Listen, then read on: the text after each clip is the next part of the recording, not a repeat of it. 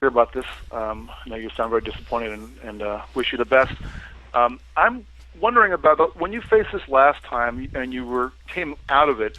You talked about how you had to dramatically change your diet, and so you were doing something very foreign to you, the way you grew up eating, being a meat and potatoes guy, eating a lot more vegetables and so on. I'm wondering, how have you been able to maintain that? Have you been very disciplined and very strict with yourself about that? Have you slipped at all about that, or do you feel like this is something that's gone beyond anything that having to do with your diet? That's what's so frustrating about this. When this thing first came back to bite me in the ass here, I've been just diligent about because listen, you can't be at this level. You can't be at a level and step in the out. I take this is my life. I take this very seriously.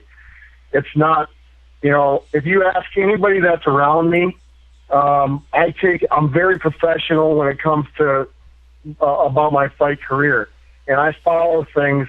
I haven't gotten to where I am today by not being dedicated, and so I've been very dedicated with my diet, and we've been doing different things and new things and things that have probably carried me this far, but you just don't see, like I had talking with the doctor, people don't push themselves to the limit with this disease. They can manage it, and so that's where I'm at. Okay. Well, good luck with it. Thank you. And we'll move next to the site of Neil Davidson with Canadian Press. Your line is open. Thank you. Brock, do you have a time frame for when you're going to make the decision? And two, that's sort of a related question, do you have all the information at your grasp at this stage between the two choices? No, I don't. That's why I don't know when I'll make a decision on this. We've got to explore both sides of the deal. I know the answer to the one side of it of trying to manage this thing and be an elite athlete. So that answers my question.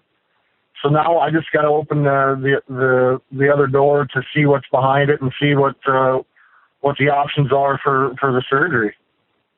And when you are not training and doing all the pushing yourself as an elite athlete does, were you feeling okay?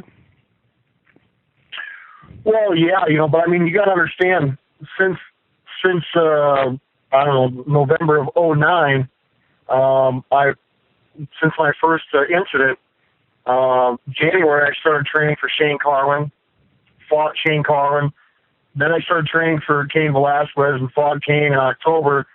And then, so I've been able to manage it. This time, for some reason, it just, it didn't want me to get in the octagon June 11th for some reason. I don't know, so it didn't want to stay where it was supposed to stay, I guess.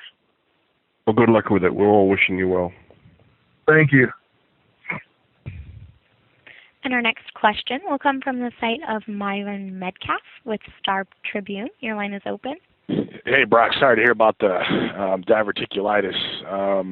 I guess my question is, when you got it back 2 years ago, I mean, did doctors talk about just this possibly being a problem going forward? I mean, was it something where you had to get periodic checkups to check on it, or what did they tell you initially about sort of the long-term effects of this disease? Well, it's something that just doesn't go away. My diet has carried me this far, because if you remember back when ESPN, it was a miracle for me that I didn't have to have the surgery, and that's what I said. It's a miracle that I don't. Everything was back to normal. The diverticuli, they never disappear. It's whether or not they become inflamed and infected, and that's the problem. So that's where I'm at. I felt the symptoms about 3 weeks ago, energy to finish the workout or to be at the top of the game. So when you have a 12-week training camp and it's condensed to 6 weeks or even less than that, and I'm not able to be where I should be, it's not a very smart athletic decision for me to step in the octagon on June 11th. So I had, could I turn it? I've only got 3 weeks to maybe turn this thing around, and I don't feel, we just didn't feel like that I can do that. So, and instead of putting my health and my career on the line, I've got to nip this in the bud. That's where I'm at, you know? Thanks. And we'll move next to the site of Ariel Helwani with AOL. Your line is open. Hey, Brock. My best wishes to you. I'm just wondering if you've ever been introduced or talked to another athlete who has had to deal with this in the prime of their career. I don't know any other. I don't know any other athletes. You know, this is something that's very rare for a guy in his 30s to even have. So the doctors I'm dealing with are used to dealing with 50-year-old men and older that have this problem. So, but they have seen occasional 30-year-old males with this problem, but they're not ultimate fighters. They're businessmen, or I don't know what they do. They don't have to push their bodies to extreme limits, and they can manage it. I've been unsuccessful. I guess I'm sitting here. I feel really bad, but to say this, but I guess I'm unsuccessful at being able to manage this and being an ultimate fighter. So we got to figure out how to manage this or take care of it so that I'm able to be the ultimate fighter that I need to be. And is there something that you can look back on, or did something happen that maybe you made one decision over the other that you think might have, resulted in this flare-up to happen? No, that's just it. That's what's so frustrating about this. That's why I'm very frustrated right now, is because I've been doing all the right things. So I thought, but that's what's very depressing about this, and I feel really, really angry about it. It's like I wanted more than anything to fight Junior dos Santos and to win that fight and to get a shot at Cain Velasquez. I want nothing more than that. And so now, but more importantly, my health and my family are more important. So we'll keep things in perspective. And just one other question for you, if I may. Dealing with people who have had to overcome serious illnesses, obviously the mental side of it is a very big thing. How did you come to terms with it, and how is you mentioned that you're depressed, but if you could just talk, like, how are you trying to stay positive and have come to terms with this, that you need to keep fighting? Well, yeah, like I said, this is a speed bump in the road. I've had plenty of speed bumps throughout my life, and I guess depressed or disappointed is kind of the same thing for me.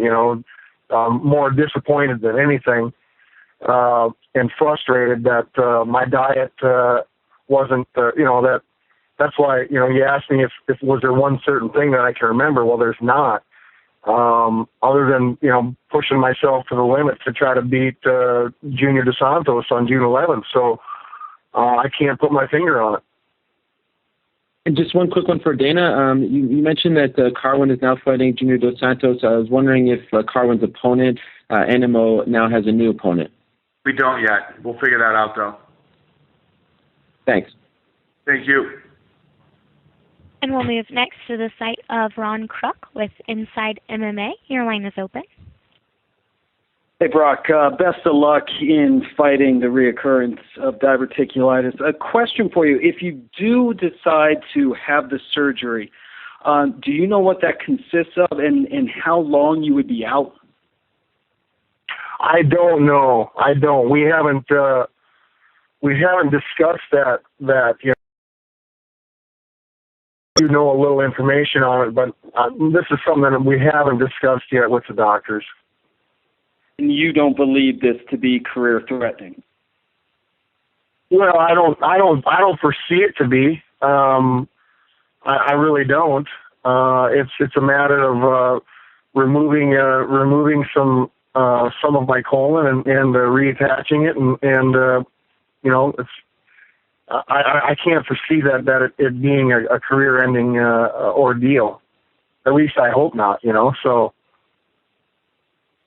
At the end of the day, you know, my career is way far down the list from being healthy. So I hope not. Understood. Thank you for the time. Best of luck. Thank you. And we'll move next to the site of Rafa Hernandez Brito with eloctagono.com. Your line is open. Thank you. Hey, Brock, I'm sorry to hear about your illness. And if people want proof about what a tough guy you are, being a diverticulosis patient myself, I just find it amazing how you are able to fight and go through all the training with diverticulitis.